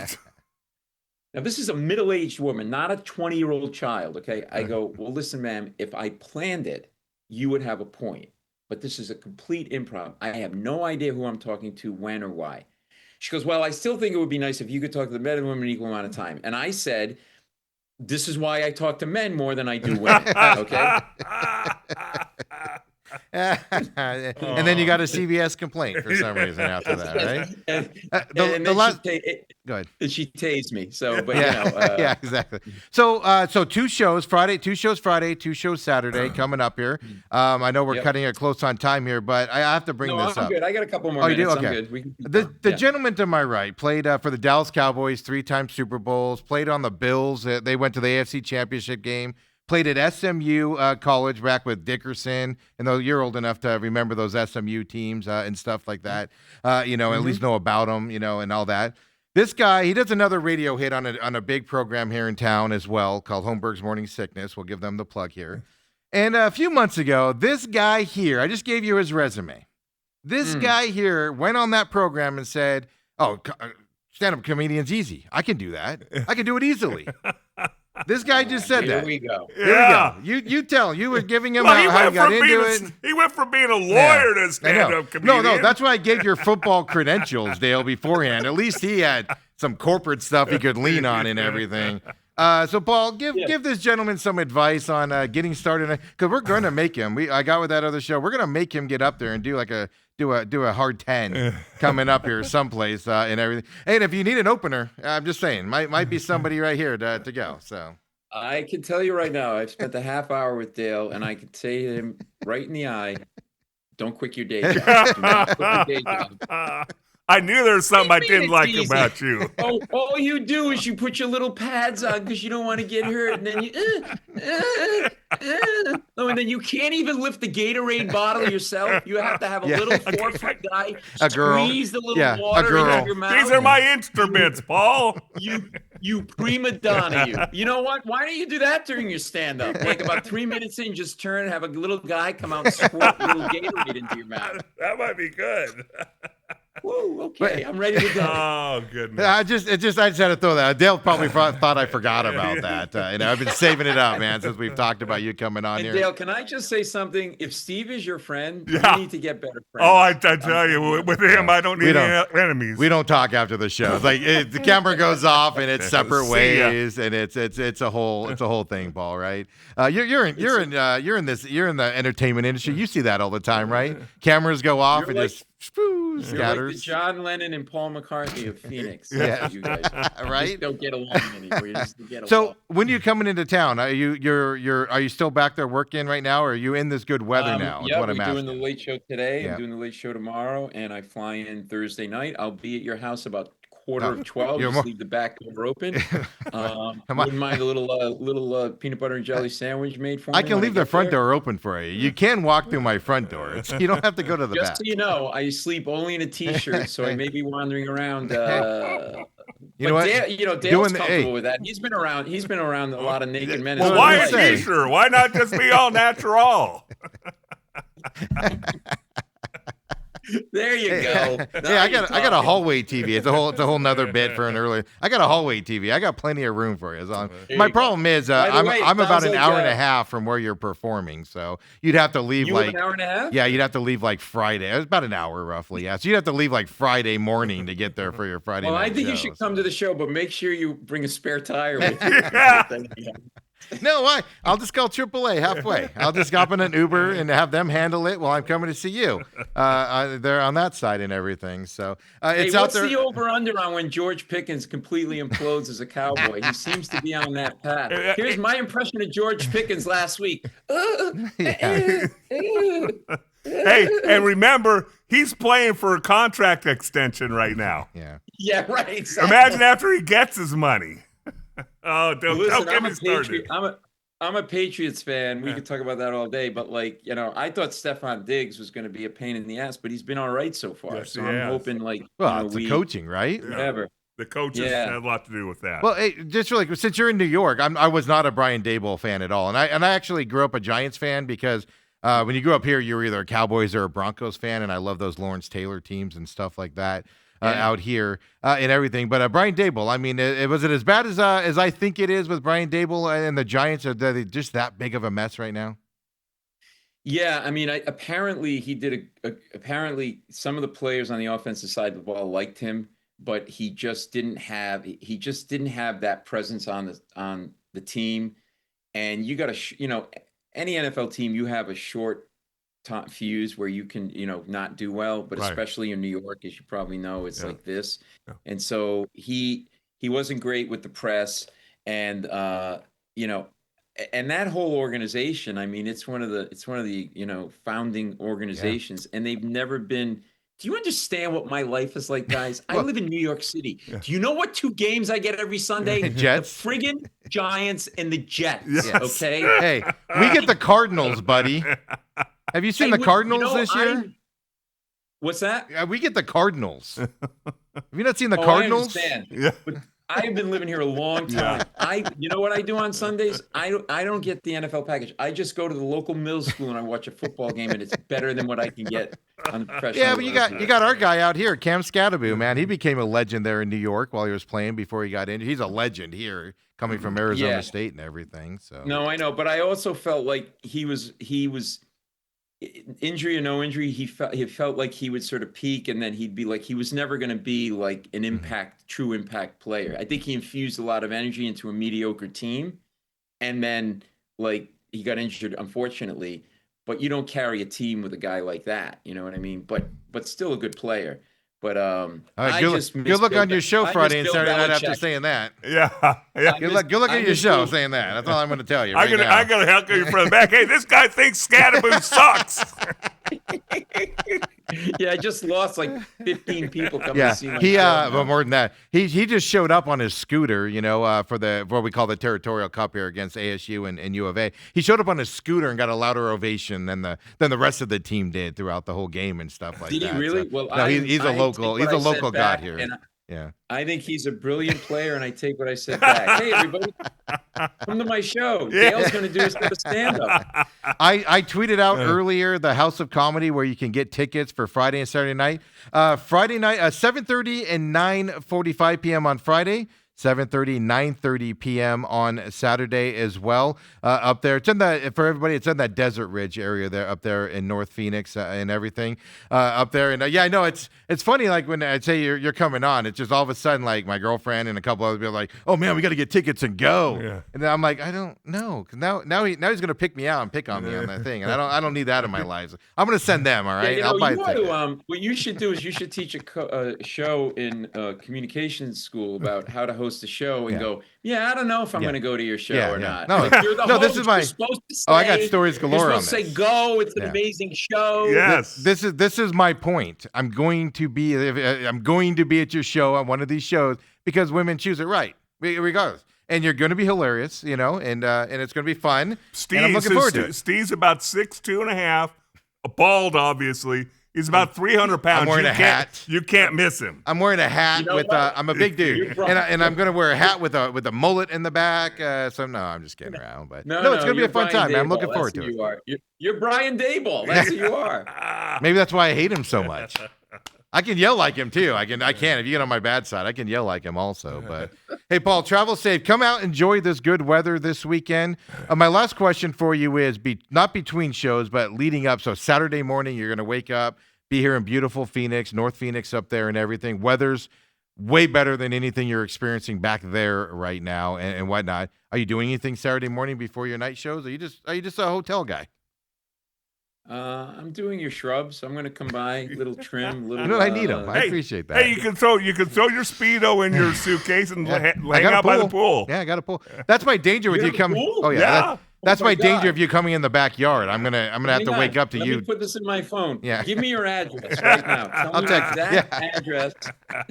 I'll text you. Hey, nice to meet you. Yeah, we'll Nice see you to this meet you. weekend. Thanks a lot, Everybody, guys. get on there. We put the link out there. I'll tell everybody about it again here and everything. But I appreciate you joining us, Paul. Have a great time here in Phoenix, and good luck there with your daily show duties here the rest of the week. Yeah, no, late show actually. Oh, late show. I'm Thanks, sorry. yeah. What did I say? Daily No, show. that's yeah. okay. Listen, this has been a lot of fun. I really appreciate it. And one of you guys is actually pretty funny. Yeah, thank you. Now we're gonna argue. Yeah. over Leave it it. at Drops the bomb and leaves. Well, I got to go figure out how to change a tire. So I'll see you later, man. Please, will you? Please. Take care, Paul. See you, Paul. Thank Take you. care, guys. Thanks For a lot. everybody else, we'll take our quick break here and come on back and wrap up this show with Kenny Dillingham and his words and everything. Nick Rowlis as well. And then NAU head coach said some things about the transfer portal I found interesting, Dale. Let's get into that. Come on back. The main event.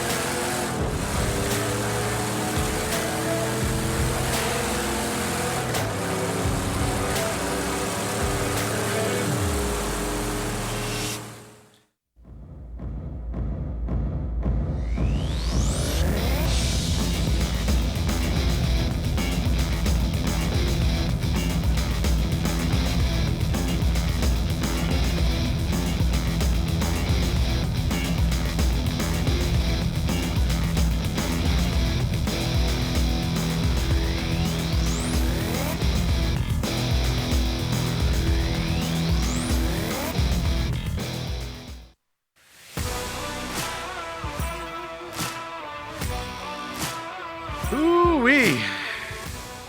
Never been called not manly by another man before from New York. In a Brooks Brothers shirt, no less. Well, what I want to know was when you were in line with all the other housewives, did you have your robe on? No, or- no. As I said, no. I was just sitting there doing what I wore yesterday and everything. But like I said, windows down. Had I Will Survive. I'm woman. A Hear little, me roar. a playing. little bread playing in the background. Yeah. Taylor T. Swift was going, singing along, bopping along with Hanson. It was a beautiful thing, man.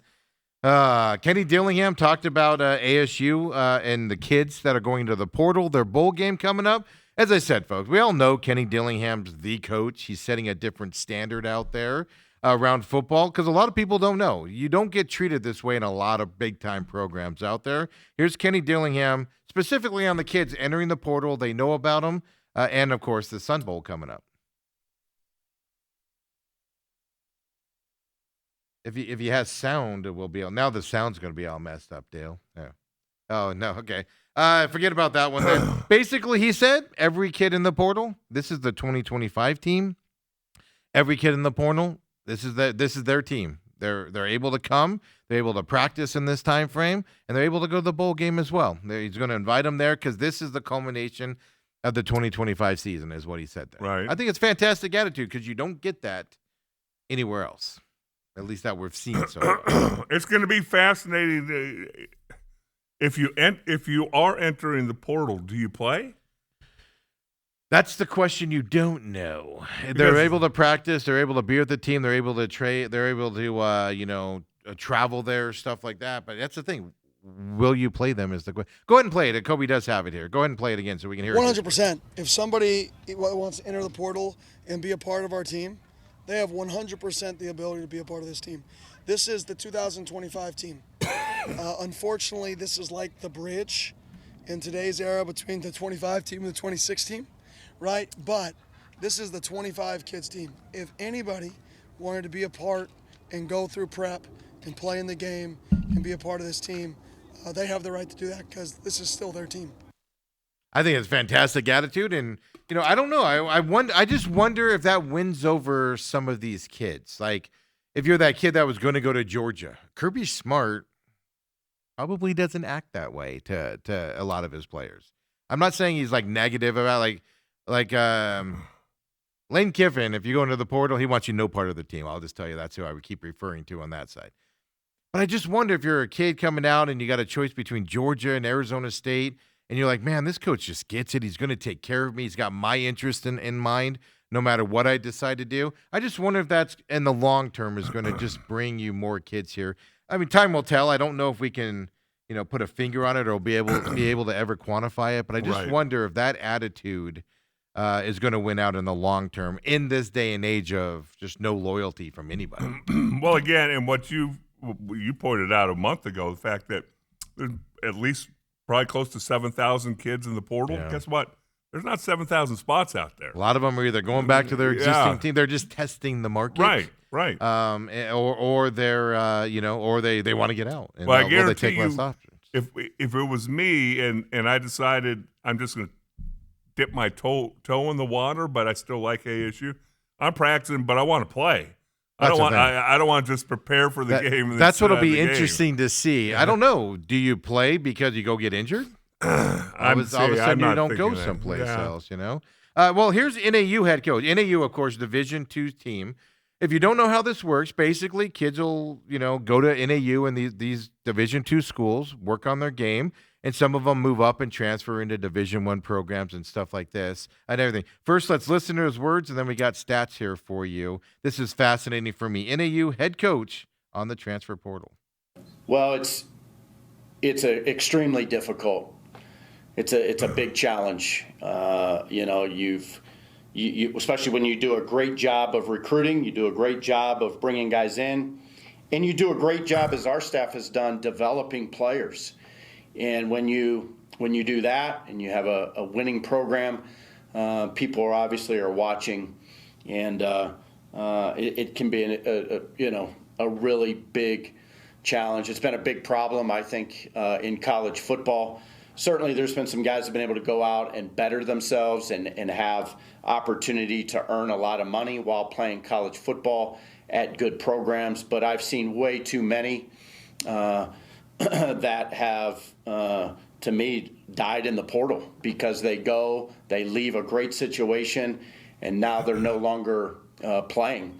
We did a study here of all the players that have left NAU and all the players that have left the Big Sky Conference, and found that only 14% of those players have moved on and had more snaps or the same amount of snaps as they did at their previous school. So a lot of guys are leaving and losing out and missing out on opportunities.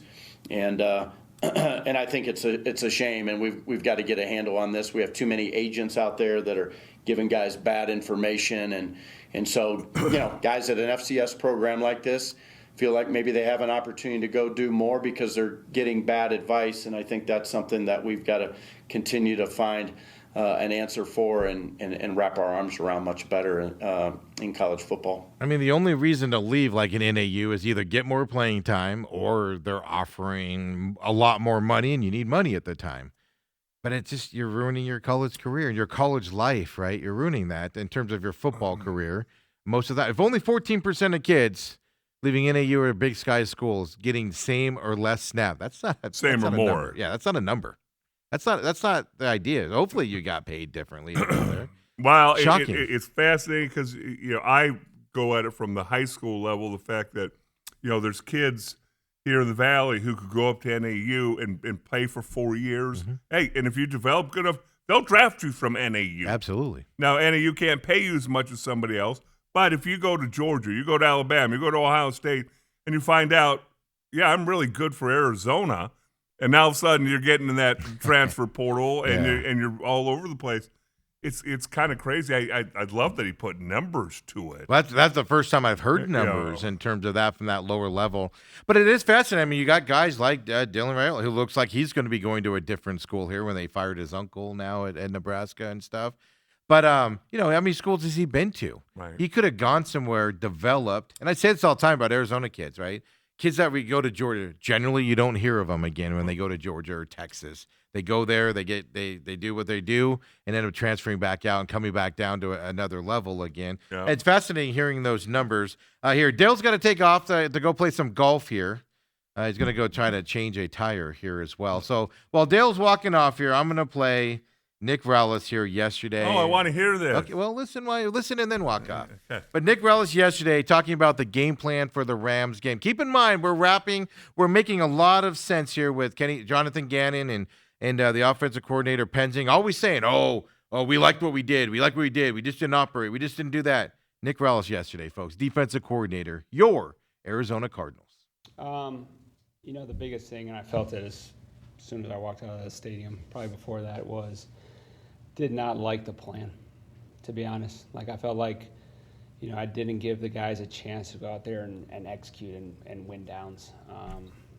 So it starts with me. We got to set up a better plan than we did. Obviously, you see the result of it.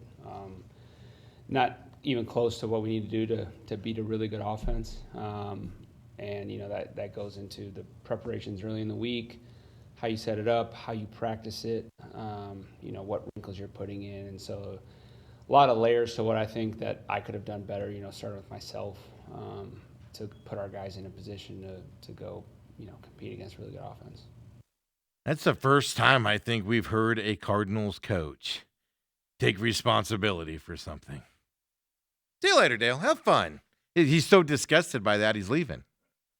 I literally heard it yesterday, and I went, I didn't hear that right. I need to listen. I need to go back and listen to this again. When did my stuff? Listen to it again last night. This is what I think the fan base wants to hear from Cardinals coaches. Not the same old, we're going to get back to work. Everything's the same. We're going to work harder. We just need to go back and practice what we're doing. All of that stuff out there. We're tired of hearing that. Nick Rallis just flat out says, I don't like the game plan, which brings you to your next point. If you don't like the game plan, why are you implementing it going into that game? Who's telling you not to change that game plan is the question, right? If that's the case, I could be reading into it a little bit from that point out there as well. But it's fascinating to me that Nick Rallis chose yesterday to come out and say that. That's the proper response from a coach after you get shellacked by a division opponent in the Rams. Obviously, the game plan wasn't there. Obviously, you struggled at stuff. Not what Jonathan Gannon and Penzing saying. That's the proper response. Even if you like the game plan going in, you go to your press conference, you say, obviously, the game plan didn't work. That's on me. We need to get a game plan that's going to compete out there and get these guys in the right spots to succeed. Just beautiful. Beautiful, Nick Rallis, as well for him as defensive coordinator there of the Arizona Cardinals. Robert, of course, chimed in at TME Sports Show. You can text us to 623-252-6670 or hit us up on X as well at TME Sports Show. He says, highly enjoyable back and forth with Paul Mercurio as well for that. And before I do my last little bit here, just really quick, Rick Bronson's House of Comedy. It's up there in North Phoenix.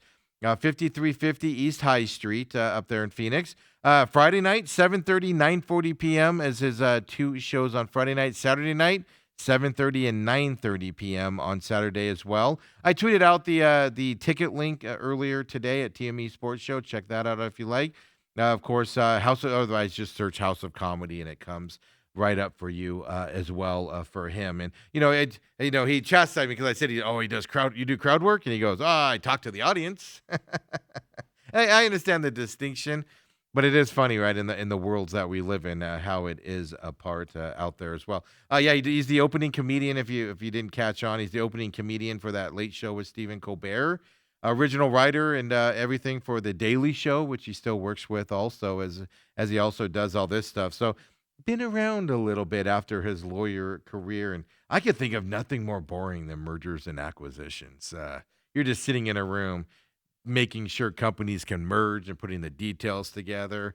I can just imagine the energy he must have felt when he started getting out there. And don't forget his Inside Out with Paul Mercurio podcast is out there as well. So as we leave you here today, I want to do this, right? We talk a lot about the Suns. Suns play tonight against Oklahoma City Thunder. This is the NBA Cup game here. They win. Well, either way, they play another game, obviously. But they win tonight. They continue on in the Cup and the NBA Cup.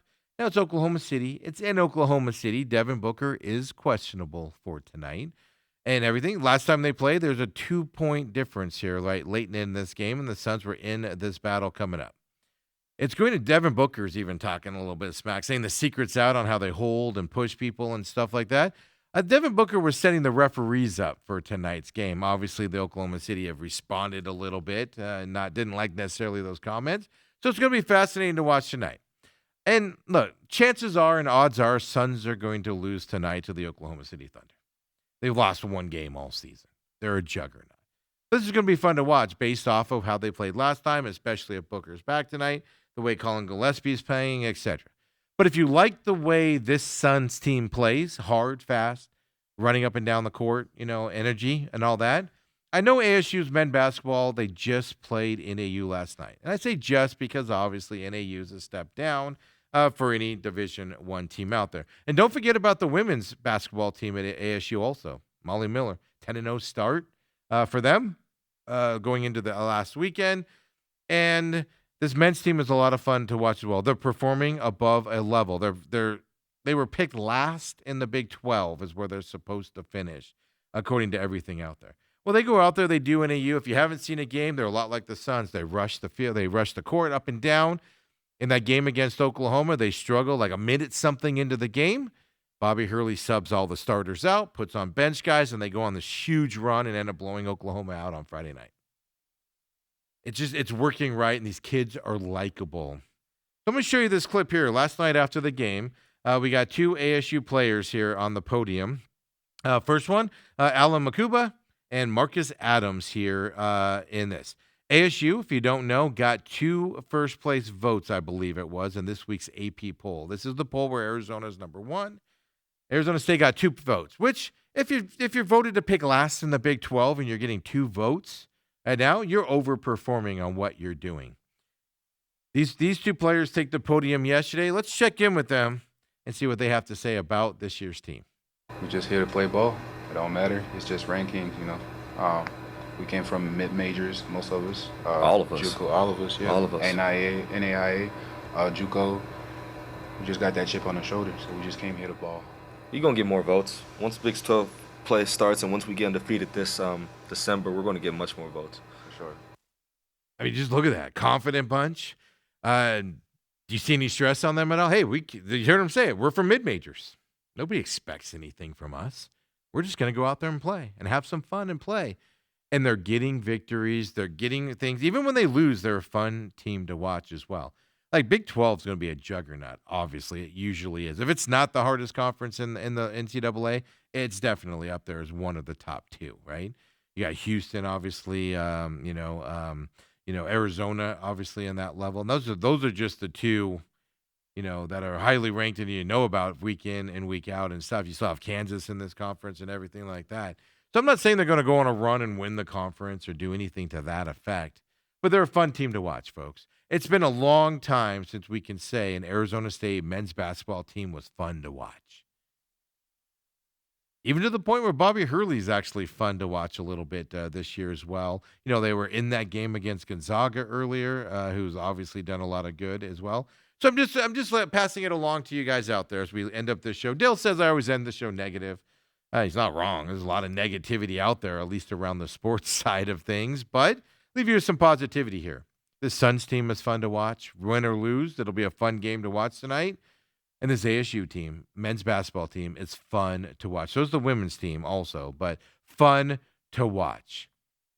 Get on board with these guys, man. Support these guys as well as they battle through this season. And you're going to have an enjoyable time, which we don't get around here a lot with ASU men's basketball over the last, not just 10 years of Bobby Hurley's tenure, but even before that out there. So just wanted to end the show with a little bit of positivity, kind of tell you guys my impressions of those guys and how you should also, as a sports fan, be paying attention to them out there. I mean, Arizona is a blast to watch in terms of their men's basketball program. I know it hurts a little bit, right, for us ASU guys. But this ASU team is going to surprise some teams this year. I expected them to be just underneath halfway point of the Big 12 going into the season. I bumped it up. I think they're going to be in the better half, the top half of the Big 12 going to. I never bought into they're going to finish last in the conference. That's terrible teams at that level. I didn't think they'd be that bad. I thought they'd figure that. I'm moving it up. They're going to be on the upper side here. You know, 1 or 2 spots. Let's not go crazy. They're not going to be top 4 probably, right? Maybe the way they're playing. There are a lot of similarities between them and the Suns. Just guys going out, guys that never got playing time before, guys that come from mid-majors, right? Colin Gillespie couldn't get on the court last year. Ryan Dunn couldn't get on the court last year. Boom, they're out there and they're contributing and having some fun out there, right? So Wednesday's here. If you missed the announcement earlier, Uncle Lou, unfortunately, has a personal thing. He's got to travel back to Omaha here, and he's doing that here today. Uncle Lou is not going to be able to join us this week for the last UFC fighting here. I'll start retweeting out his blog and stuff like that to get you guys the information for those of you that want the UFC information this weekend as well. But he's got to cancel all of his shows here coming up this weekend with his schedule for this family situation back there. So we'll get Lou back next week as well, and we'll miss him this week and be thinking about him. But heads up on that. And when we come back tomorrow, of course, Dale joins me for the first part of the show. And he heads off to the Holmberg side where, you can go tell them again how he's, I'm going to be a comedian. Of course, I'll get you through the show tomorrow as well. McCollum on Business is back today. We're waiting for the Fed decision. Join me at 11 o'clock there and everything. And we'll see. Quarter-point rate cut? Not a quarter-point rate cut. Coming up at 11 o'clock. We'll see you then, folks. Have a great Wednesday afternoon, everyone.